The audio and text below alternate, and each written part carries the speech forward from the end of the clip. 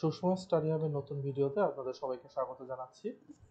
Subnetting এর এই প্লেলিস্টে আমরা বিভিন্ন ধরনের অ্যাড্রেসিং নিয়ে আলোচনা করছি, যার মধ্যে ক্লাসফুল অ্যাড্রেসিং এবং ক্লাসলেস অ্যাড্রেসিং রয়েছে। ক্লাসফুল অ্যাড্রেসিং এর মধ্যে মোট 5 ধরনের ক্লাস রয়েছে: এ, বি, সি, ডি এবং ই। সাবনেটিং শিখতে গেলে এই অ্যাড্রেসিং গুলো খুব ভালো করে বোঝা প্রয়োজন, যে আমি কোন ধরনের অ্যাড্রেস নিয়ে কাজ করছি, সেটা কি ক্লাসফুল অ্যাড্রেসিং নাকি ক্লাসলেস অ্যাড্রেসিং, আমরা আসলে কিরকম ভাবে সাবনেটিং করতে চাচ্ছি। এই জিনিসগুলো করার জন্য এই ক্লাসফুল অ্যাড্রেসিং এবং ক্লাসলেস অ্যাড্রেসিং জিনিসটা বোঝা খুবই গুরুত্বপূর্ণ। এই জন্য সাবনেটিং শেখানোর আগে আমরা এগুলো নিয়ে আলোচনা করছি।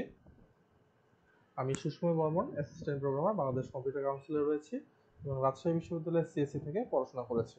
আমাদের ভিডিওগুলো যদি আপনাদের ভালো লাগে থাকে তাহলে আমাদের Facebook page Sushma study hub এবং আমাদের YouTube channel Sushma study hub থেকে একবার ঘুরে আসতে পারেন।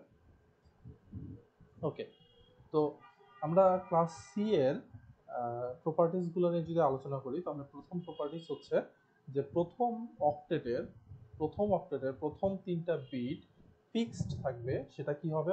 1 1 এবং 0। আমরা যদি এদিকে একবার আলোচনা করি যে আমরা ক্লাস এ তে কি শিখছিলাম।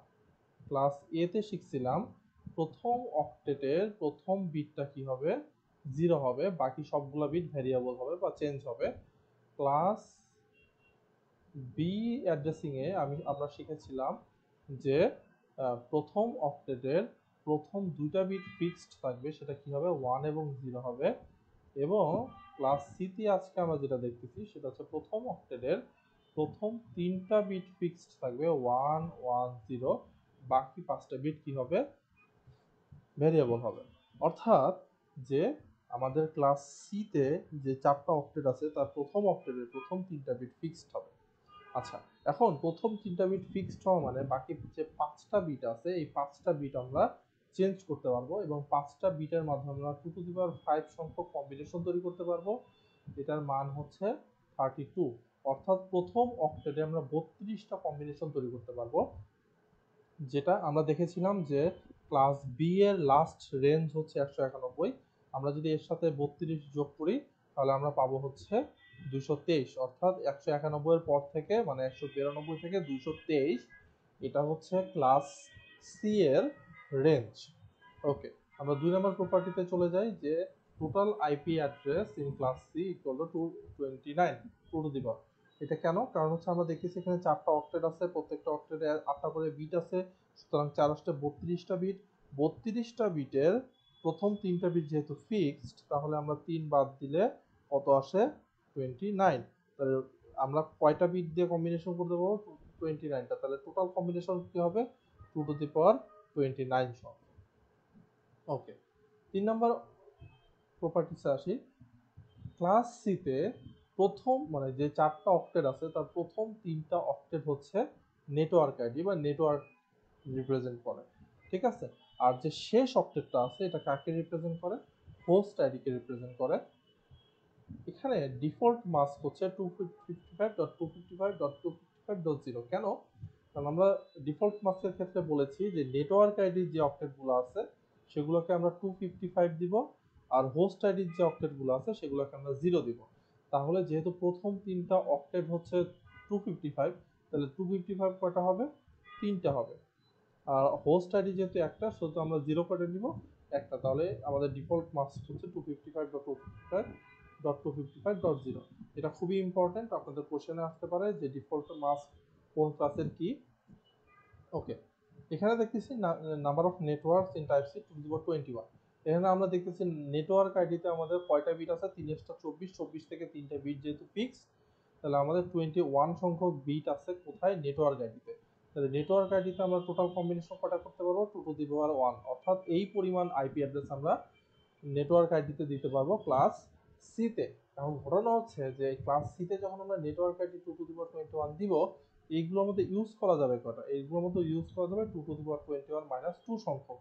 কারণ আমরা জানি যে সবগুলো যদি আমরা 0 দেই, সবগুলো যদি এখানে 0 দেই, এগুলো সবগুলো যদি 0 দেই তাহলে কি হবে? সেটা নেটওয়ার্ককে রিপ্রেজেন্ট করবে। আর যদি সবগুলো 1 দেই তাহলে এগুলো কি রিপ্রেজেন্ট করবে? এটা রিপ্রেজেন্ট করবে হচ্ছে ব্রডকাস্টকে। এই জন্য ওই দুইটা দেওয়া যাবে না। ইউজেবল হচ্ছে 2 টু দি পাওয়ার 21 মাইনাস 2, কিন্তু নাম্বার অফ নেটওয়ার্ক হচ্ছে 2^21, আর নাম্বার অফ হোস্ট সেভাবেই চিন্তা করি যে এখানে হোস্টে আছে 8টা বিট, 8টা বিটের টোটাল কম্বিনেশন কত হবে 2^8, কিন্তু ইউজ করা যাবে কয়টা, তার থেকে দুটা বাদ দিলে কি এই সবগুলো যদি 0 হয় 1 2 3 4 5 6 7 8 এগুলো হচ্ছে ওই নেটওয়ার্ককে রিপ্রেজেন্ট করবে, আর এটা রিপ্রেজেন্ট করবে ওই নেটওয়ার্কের ব্রডকাস্টকে। এই জন্য দুইটা দেওয়া যাবে না, এই জন্য এটা হচ্ছে পসিবল বা ইউজেবল হোস্ট। ওকে, তো এবার আমরা একটা কোশ্চেন সলভ করব। প্রথমে একটা আইপি অ্যাড্রেস দেওয়া আছে, বলা হয়েছে যে এটা কোন ক্লাসের, কোন ক্লাসের এটা বুঝতে গেলে আমাদের প্রথম অক্টেটের রেঞ্জটা চিন্তা করতে হবে। দেখেন আমরা এখানে রেঞ্জের যে হিসাবটা করেছি, এখানে ক্লাস এ হচ্ছে 0 থেকে 127, এটা কিভাবে আসছে আমরা ক্লাস এ এর ভিডিওতে আলোচনা করেছি। ক্লাস বি এরটা আমরা ক্লাস বি এর ভিডিওতে আলোচনা করেছি, এবং ক্লাস সি কিভাবে 192 থেকে 223 হলো সেটা আমরা এই যে এখানে আলোচনা করেছি। 2^25 সরি 2^5 কম্বিনেশন, তাহলে হচ্ছে 32টা কম্বিনেশন, লাস্টে ছিল 191, তার সাথে যদি আমি 32 যোগ করি তাহলে 223 হয়, তার মানে 91 পর 192 থেকে 223, এই 32টা কম্বিনেশন হচ্ছে ক্লাস সি এর। তাহলে ক্লাস সি এর রেঞ্জ কি 192 থেকে 223। তাহলে আমাদের দেখতে হবে যে ক্লাস নির্ণয়ের ক্ষেত্রে প্রথম অক্টেটটা কত আছে। আমরা এখানে দেখতেছি 194, যেটা 192 এর থেকে বড় এবং 223 এর থেকে ছোট, তাহলে আমরা বলতে পারি এটা হচ্ছে ক্লাস সি। ঠিক আছে, তাহলে আমরা এটা বলবো class C. Okay, which network, একটা আইপি অ্যাড্রেস কোন নেটওয়ার্কের অন্তর্গত সেটার জন্য আমাদের যেটা করতে হবে, সেটার যে ডিফল্ট মাস্ক আছে এই মাস্কের সাথে আমরা কি করব, বিট ওয়াইজ অ্যান্ড করব। ঠিক আছে, বিট ওয়াইজ অ্যান্ড করব। এখন আমরা যেটা অলরেডি বের করে ফেলছি যে এটা হচ্ছে ক্লাস সি নেটওয়ার্ক, তাহলে ক্লাস সি যদি হয় তাহলে আমরা জানি যে এটা 255 ডিফল্ট মাস্ক, 255.255.255.0, এটা হচ্ছে ক্লাস সি এর ডিফল্ট মাস্ক। এবার আমরা যদি আইপি অ্যাড্রেসটা লিখি 194.2.3.8, এটাকে যদি আমরা বিট ওয়াইজ অ্যান্ড করি তাহলে আমরা জানি 255 সাথে 194 অ্যান্ড করলে সবসময় 194 হবে।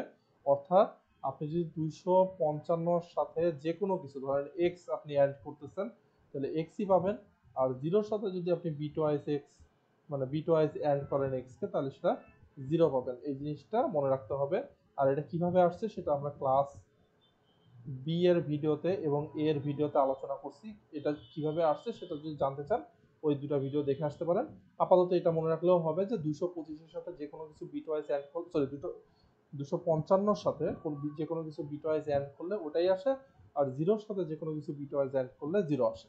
তাহলে 255 সাথে 194 বিট ওয়াইজ অ্যাড করলে 194 আসবে, 255 এর সাথে 2 বিট ওয়াইজ অ্যাড করলে 2 আসবে, 255 এর সাথে bitwise 3 bitwise add করলে 3 আসবে, এবং জিরোর সাথে 8 যদি বিট ওয়াইজ অ্যাড করেন তাহলে কি আসবে, 0 আসবে। তাহলে এটা হচ্ছে আমাদের হুইচ নেটওয়ার্ক, এটা হচ্ছে এই নেটওয়ার্ক। ঠিক আছে, এটাই হচ্ছে আমাদের সেই নেটওয়ার্ক। আচ্ছা, এখন আমরা বলছিলাম যে এটা যদি নেটওয়ার্ক হয় তাহলে এই এই যেহেতু 0 আছে লাস্টে, এটা আসলে কাকে রিপ্রেজেন্ট করতেছে, নেটওয়ার্ককে রিপ্রেজেন্ট করতেছে। আর যদি আমরা লিখি যে 194.2.3, এটা এটুক তো হচ্ছে নেটওয়ার্ক, তাই না? আর এটা দ্বারা হচ্ছে হোস্ট চিন্তা করা হয়, তাহলে জিরোর জায়গায় যদি আমরা 255 লিখি, এটা কাকে রিপ্রেজেন্ট করবে, ব্রডকাস্টকে রিপ্রেজেন্ট করবে। এই দুটো কাউকে দেওয়া হবে না। এই দুটো যদি দেওয়া না হয় তাহলে আমরা যদি প্রথম আইপি অ্যাড্রেসটা চিন্তা করি তাহলে শুরু তো হচ্ছে 0 থেকে, কিন্তু যেহেতু এটা দেওয়া হবে না তাহলে আমাদের প্রথম আইপি অ্যাড্রেসটা কি হবে, প্রথম আইপি অ্যাড্রেসটা হবে 194.2.3.1। ঠিক আছে, যেহেতু 0 কাউকে দেওয়া হবে না তাহলে 1 থেকে শুরু হবে। এটা হচ্ছে আমাদের প্রথম আইপি অ্যাড্রেস। আর লাস্ট আইপি অ্যাড্রেস দেখেন এখানে 255, এটা ব্রডকাস্ট আইপি, এটা কাউকে দেওয়া হবে না, তাহলে শেষ হবে কততে, 254-তে। তাহলে 194.2.3.254, এটা হচ্ছে আমাদের লাস্ট আইপি অ্যাড্রেস। কোন নেটওয়ার্কের, এই নেটওয়ার্কের। কোন নেটওয়ার্কের, এই নেটওয়ার্কের। ঠিক আছে, তো আশা করি আপনারা বুঝতে পেরেছেন। আমাদের এই ভিডিওগুলো যদি আপনাদের ভালো লাগে থাকে তাহলে আমাদের সাবনেটিকের অন্যান্য ভিডিওগুলো দেখার আমন্ত্রণ জানাচ্ছি। তার পাশাপাশি আমাদের ইউটিউব চ্যানেলে programming problem solution, problem solving, data structure, algorithm, এগুলো নিয়ে আলোচনা অলরেডি করা হয়ে গেছে। আমরা ভবিষ্যতে ডাটাবেস এবং নেটওয়ার্কিংয়ের পুরো ভিডিও প্লেলিস্ট নিয়ে আসব। এছাড়াও যে অন্যান্য যে সাবজেক্টগুলো রয়েছে যেমন computer architecture, software engineering, SQL, এই জিনিসগুলো নিয়ে আমরা আলোচনা করব। তো আমাদের চ্যানেলটিকে সাবস্ক্রাইব করে রাখবেন, আমাদের ফেসবুক পেজটিকে লাইক করে রাখবেন, যাতে আপনারা যখনই আমরা কোনো ভিডিও আপলোড করি আপনারা যাতে সাথে সাথে নোটিফিকেশন পান। তো আমাদের ভিডিওগুলো দেখার জন্য সবাইকে ধন্যবাদ।